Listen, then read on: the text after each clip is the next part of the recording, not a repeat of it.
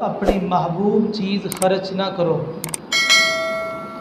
البر سے مراد اکثر مفسرین نے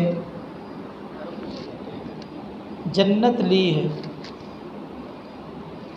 تو معنی یہ بنا کہ تم جنت کو نہیں پا سکتے جب تک اپنی محبوب چیز کو خرچ نہ کرو۔ جب یہ آیت نازل ہوئی تو صحابہ نے اپنی محبوب چیزوں میں سے صدقہ کیا، کسی نے باغ صدقہ کر دیا، کسی نے اپنی لونڈی اس کو آزاد کر دیا۔ تو صحابہ نے اس عہد پر عمل کرنے کی کوشش کی۔ شیخ صالح آل عثیمین رحمہ اللہ ایک بہت بڑے عالم گزرے ہیں سعودیہ میں، انہوں نے قرآن مجید کی تفسیر بھی لکھی ہے۔ اس عہد پر تبصرہ کرتے ہوئے کہتے ہیں اعمل بہذہ الآیہ ولو مرہ، کہ آپ اس عہد کے ساتھ زندگی میں ضرور عمل کریں، چاہے ایک مرتبہ ہی کریں۔ یہ پوری زندگی میں ایک مرتبہ تو عمل کرنا چاہیے کہ آدمی اپنی محبوب چیز اللہ کی راہ میں پیش کرے۔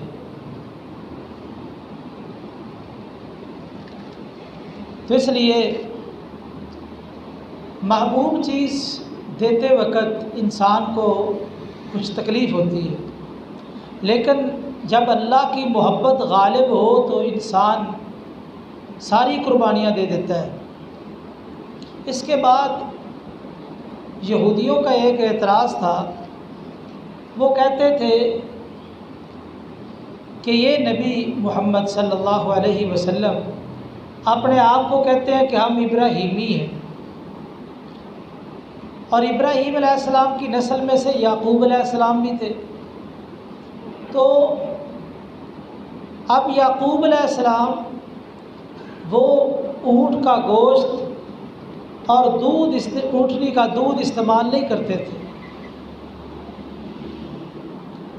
اور یہ گوشت بھی کھاتے ہیں، دودھ بھی پیتے ہیں، یہ کیسے ابراہیمی ہوگا؟ تو اس کا جواب یہ ہے، یعقوب علیہ السلام کو ایک بیماری لگی، عرق النساء ایک بیماری ہے، جس کی بنا پہ انہوں نے اونٹ کا گوشت چھوڑ دیا، دودھ پینا بھی چھوڑ دیا۔ تو یہ ان کی نسل کے اندر طریقہ جاری ہو گیا۔ اللہ نے اس کو حرام نہیں کیا تھا، نہ ہی انہوں نے اس کو حرام کہا ہے، انہوں نے احتیاطاً چھوڑا اس بیماری کی وجہ سے، اور وہ عام معمول چل گیا۔ تو اس کا جواب یعنی سارے کھانے حلال ہیں، کل الطعام کان حلا لبنی اسرائیل۔ ہاں یعقوب علیہ السلام نے اپنی مجبوری کے لیے یہ کھانے چھوڑے تھے۔ تو اس لیے کسی آدمی کا مجبوری کی بنا پہ کوئی عمل کرنا اس کا اعتبار نہیں ہوتا، اعتبار ہوتا ہے پوری ملت کا، ملت کے اندر کیا طریقہ کار رائج ہے۔ آگے یہ بات ذکر کی گئی کہ دنیا میں سب سے پہلا گھر بیت اللہ ہے جو مکہ میں ہے، اس کا دوسرا نام بکہ بھی ہے۔ بکہ کہتے ہیں بھیڑ والی رش والی جگہ کو، چونکہ حج کے موقع پر وہاں بہت زیادہ رش ہوتا ہے، اس وجہ سے اس کو بکہ بھی کہتے ہیں۔ یہ بیت اللہ دنیا میں سب سے پہلا گھر ہے۔ کس نے بنایا؟ اس کے بارے میں مفسرین کا زبردست اختلاف ہے۔ راجح قول کے مطابق سب سے پہلے بیت اللہ جناب آدم علیہ السلام نے بنایا ہے، اور یہ تعمیر باقی رہی حتیٰ کہ نوح علیہ السلام کے دور میں جب سیلاب آیا اس وقت یہ بیت اللہ مسمار ہو گیا۔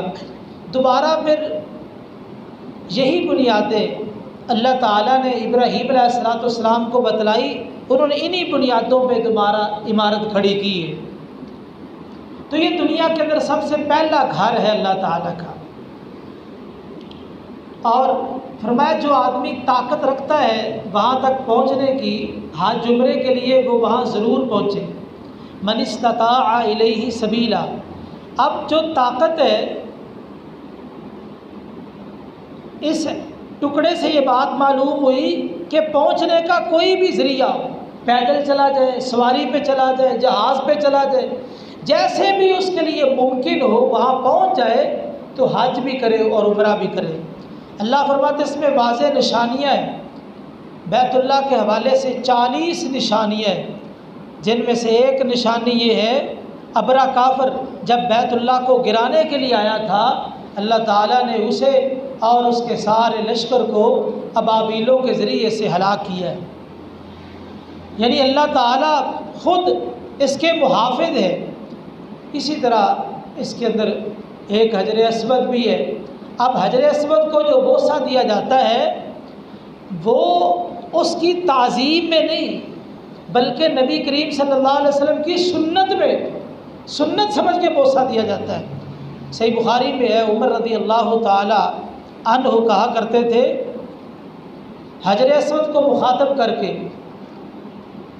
انا کا حجر انی عالم انا کا حجر، میں جانتا ہوں تو ایک پتھر ہے، لا تضر ولا تنفع، تو نفع نقصان کا مالک نہیں ہے۔ اگر میں نے نبی کریم صلی اللہ علیہ وسلم کو دیکھا نہ ہوتا کہ وہ تجھے بوسہ دے رہے تھے، میں تجھے کبھی بوسہ نہ دیتا۔ یعنی آپ کی سنت اور آپ کی محبت کی وجہ سے اس کو بوسہ دینا ہے، یہ اس کی تعظیم نہیں ہے، تعظیم بیت اللہ کی۔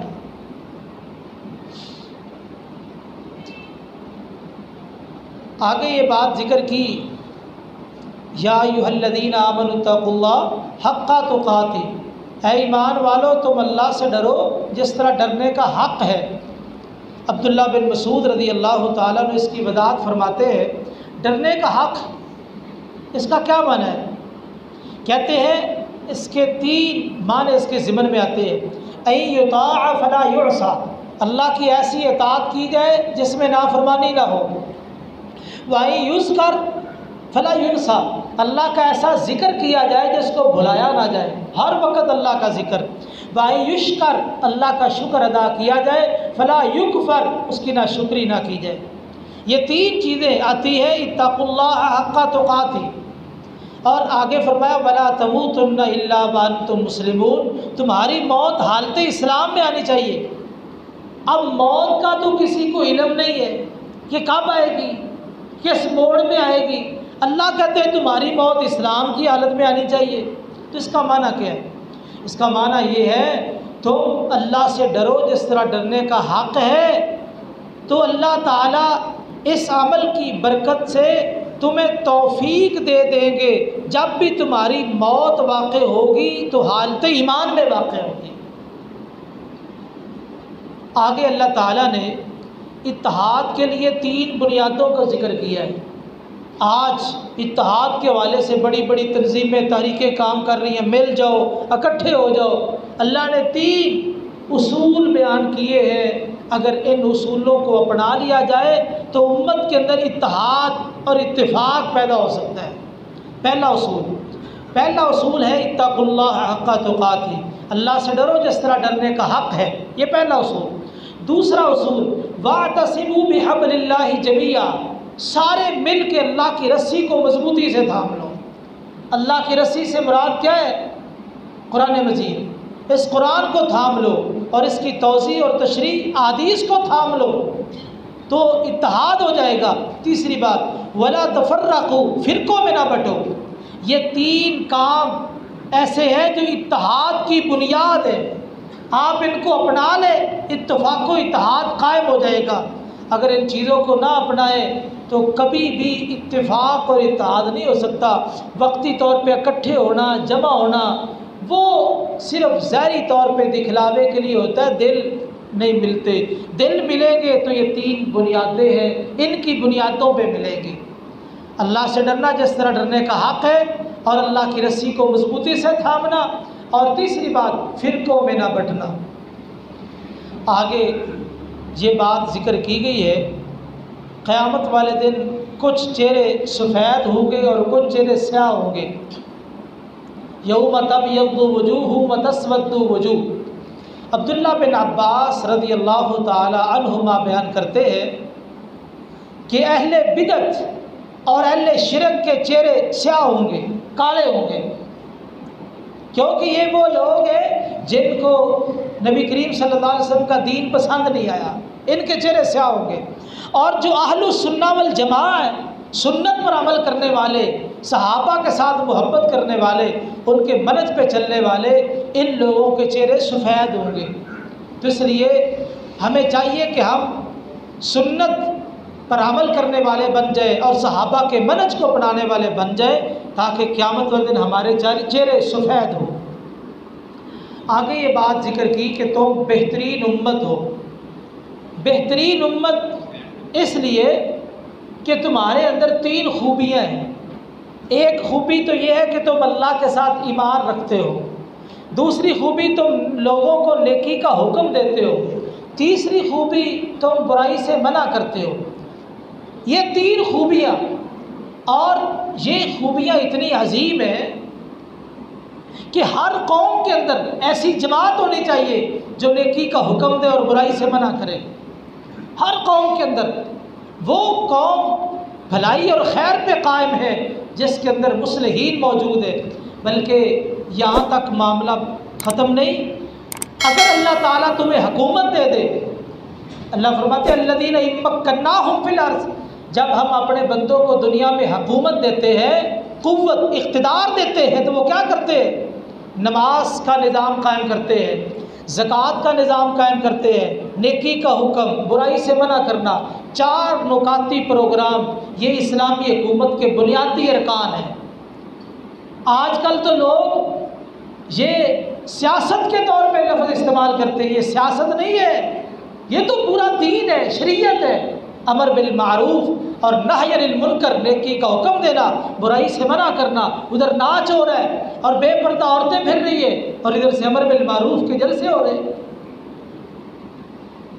آگے یہ بات ذکر کی لن یضروکم الا اذی، یہود تمہیں نقصان ضرر نہیں پہنچا سکیں گے الا اذی، ہاں زبان سے تمہیں تکلیف پہنچائے، سازش کے ساتھ، مکر و فریب کے ساتھ، لیکن ایسا ضرر کہ تمہارا خاتمہ کر دے نہیں پہنچا سکیں گے۔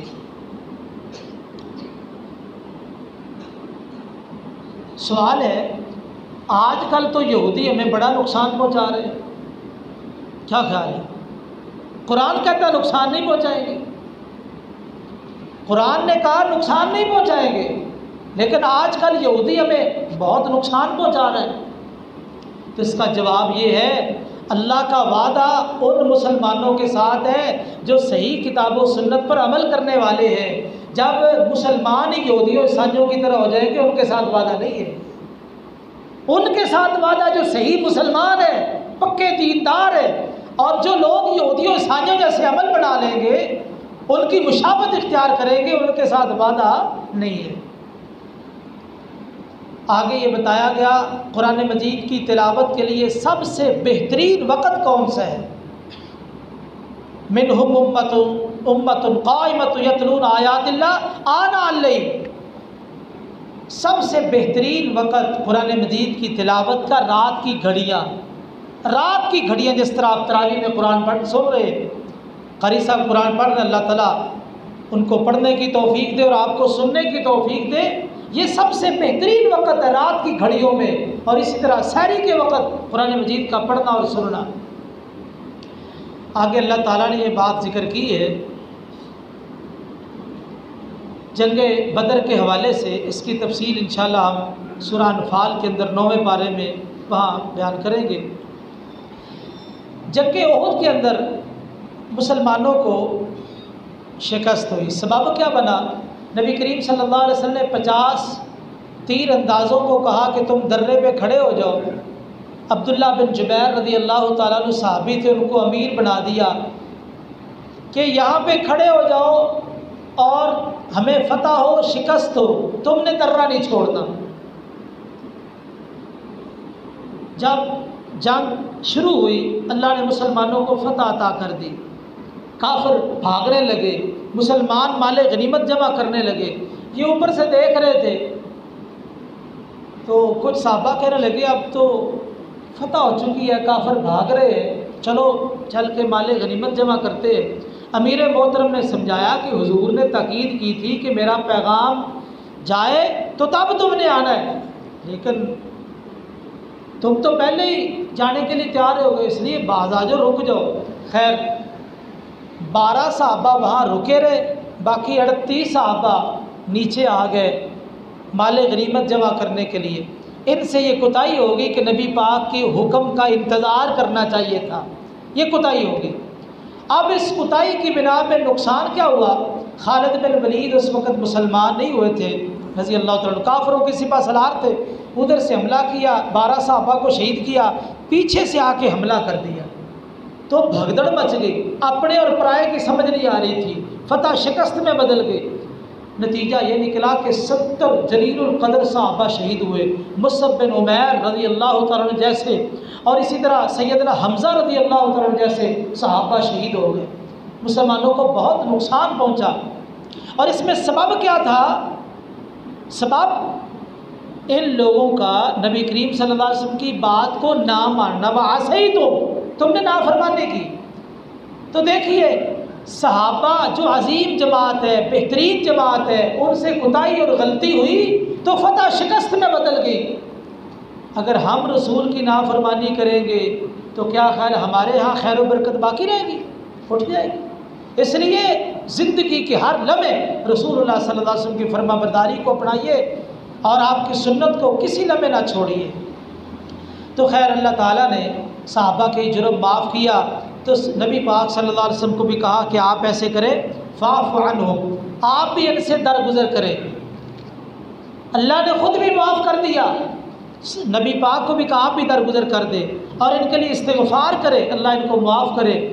اور آپ مزید بھی کوئی معاملہ ہو تو ان کے ساتھ مشورہ بھی کیا کرے تاکہ ان کو حوصلہ ہو جائے کہ نبی ہم پہ راضی ہے۔ تو مشورے کے اندر بڑی خیر ہوتی ہے۔ دیکھو پوری کائنات کا سردار نبی ہے، لیکن اللہ کہہ رہے اپنے ساتھیوں سے مشورہ کرو، پتہ چلا مشورے کے اندر بڑی خیر ہوتی ہے۔ سینئر جونیئر سے مشورہ کرے، مشورے میں بڑی خیر ہے۔ مشاورت کے ساتھ جو ادارہ، جو مسجد، جو ماحول چلایا جاتا ہے تو اس میں خیر ہوتی ہے۔ اگر مشاورت نہ ہو تو اکثر ضد اور ہٹ دھرمی پیدا ہو جاتی ہے۔ خیر آگے یہ بات بتائی گئی کہ جب آپ مشورہ کر لیں، کوئی فیصلہ کر لیں، فیصلہ کرنے کے بعد پھر آپ اللہ پہ بھروسہ کر لیں، اس کو کر گزرے، پھر گھبرانے کی ضرورت نہیں ہے۔ آگے چل کے حسبنا اللہ ونعم الوکیل، یہاں پہ امام جعفر صادق علیہ الرحمہ بڑے عظیم آدمی گزرے، یہ قرآن مجید کے ساتھ بڑی محبت کرتے اور قرآن مجید کے راز کھولتے تھے، قرآن مجید کے راز کھولتے تھے۔ فرماتے ہیں مجھے تعجب ہوتا ہے اس آدمی پر جو خوف میں مبتلا ہے، جو خوف میں مبتلا ہے اور وہ یہ آیت نہیں پڑھتا، حسبنا اللہ ونعم الوکیل، یعنی خوف میں جو آدمی مبتلا ہے اسے یہ آیت پڑھنی چاہیے، حسبنا اللہ ونعم الوکیل، ہمیں اللہ کافی ہے اور وہ بہترین کارساز ہے۔ کیوں؟ اس لیے کہ آگے اللہ نے کہا فانقلبوا بنعمت من اللہ وفضل، جو اللہ پہ توکل کر لیتے ہیں اللہ تعالیٰ تکلیفیں دور کر دیتے ہیں، خوف دور کر دیتے ہیں، اپنی نعمت اور فضل اتار دیتے ہیں۔ کہتے ہیں اسی طرح مجھے تعجب ہوتا ہے اس آدمی پر جو غم کے اندر مبتلا ہے اور وہ یہ آیت نہیں پڑھتا۔ کون سی آیت؟ لا الہ الا انت سبحانک انی کنت من الظالمین، جو جناب یونس نے دریا کے اندر مچھلی کے پیٹ میں پڑی تھی، کیونکہ آگے اللہ فرماتے ہیں فاستجبنا لہ، ہم نے اس کی دعا کو قبول کیا، ونجیناہ من الغم، ہم نے اس کو غم سے نجات دی۔ جو غم میں مبتلا ہے اسے یہ آیت پڑھنی چاہیے۔ آگے کہتے ہیں مجھے تعجب ہے اس آدمی پر جس کے خلاف سازشیں ہو رہی ہو، مکر و فریب ہو رہا ہو اور وہ یہ آیت نہ پڑھے۔ کون سی آیت؟ وَأُفَوِّضُ أَمْرِي إِلَى اللَّهِ، آل فرعون میں سے جو مومن تھا نا، اس نے کہا تھا جب اس نے اپنا ایمان واضح کر دیا تو کہا میں اپنا معاملہ اللہ کے سپرد کرتا ہوں۔ آگے اللہ فرماتے فَوَقَاهُ اللَّهُ سَيِّئَاتِ مَا مَكَرُوا، جتنے بھی انہوں نے سازشیں مکر و فریب اس کے خلاف کیے، اللہ نے اس مسلمان اور مومن کو محفوظ رکھا۔ کہتے مجھے تعجب ہوتا ہے اس آدمی پر جسے دنیا کا مال چاہیے، جسے دنیا کا مال چاہیے اور وہ یہ عید نہیں پڑتا، جب کوئی نعمت دیکھتا ہے ماشاء اللہ لا قوت الا باللہ، کیونکہ اس کے بعد اللہ نے کیا کہا اس آدمی کا لاجدن خیرا منہا منقلبا، کہ جب یہ کلمہ کہا جاتا ہے نعمت دے کہ ماشاء اللہ لا قوت الا باللہ، تو اللہ تعالیٰ اس سے بہتر بدلہ عطا فرما دیتے ہیں۔ تو یہ امام جعفر صادق علیہ الرحمہ کا بہت ہی خوبصورت قول ہے۔ آگے فرمایا یا ایھا الناس اتقوا ربکم، اس میں یہ بات ذکر کی ہے کہ عورت کو مرد سے پیدا کیا ہے، اماں حوا کو جناب آدم کی سب سے اوپر والی پسلی سے پیدا کیا گیا۔ دیکھیے اب پسلی مرد کے اعضاء میں سے ایک عضو، ایک حصہ ہے نا، تو اس پسلی کے بغیر مرد نامکمل ہے، اور اسی طرح عورت چونکہ اس پسلی سے بنی ہے عورت بھی ناقص ہے۔ تو جب مرد اور عورت یہ سلسلہ نکاح کے ساتھ ملیں گے تب یہ مکمل بنیں گے۔ مرد بھی عورت کے بغیر ناقص، عورت بھی مرد کے بغیر ناقص ہے۔ یہ یہاں سے اللہ تعالیٰ نے کہ تمہیں ایک مرد سے پیدا کیا ہے، اس سے اس کی بیوی کو پیدا کیا ہے، تو پسلی انسان کا ایک حصہ ہے، تو اس لیے عورت کے بغیر زندگی بسر کرنا انسان کے لیے مشکل ہے۔ اور چونکہ عورت کو مرد سے پیدا کیا گیا تو اس لیے اس کے اندر بھی فطری طور پہ ایسے جذبات رکھے گئے کہ مرد کے بغیر اس کا بھی گزارا نہیں، اس لیے اللہ نے نکاح کا سلسلہ رکھا ہے۔ آگے کہا اس جوڑے میں سے اللہ نے بڑے مرد پیدا کیے، یہ کہا کہ رجالاً کثیرہ، مرد بڑے پیدا کیے، یہ نہیں کہا نساء کثیرہ، عورتیں زیادہ پیدا کی۔ زیادہ عورتیں یہ قیامت کی نشانی ہے، زیادہ عورتیں قیامت کی نشانی ہے، تو کہا رجالاً کثیرہ، زیادہ مرد پیدا کیے۔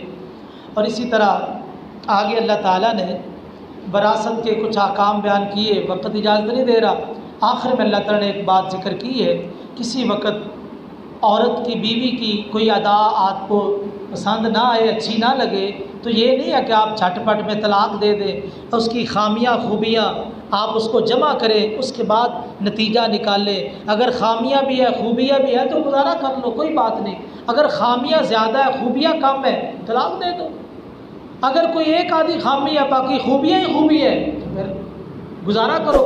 تو اس طرح انسان کو جذبات میں آ کے جھٹ پٹ میں طلاق نہیں دینی چاہیے۔ اللہ سے دعا کہ اللہ تعالیٰ دین کو سمجھنے کی اور عمل کی توفیق نصیب فرمائے۔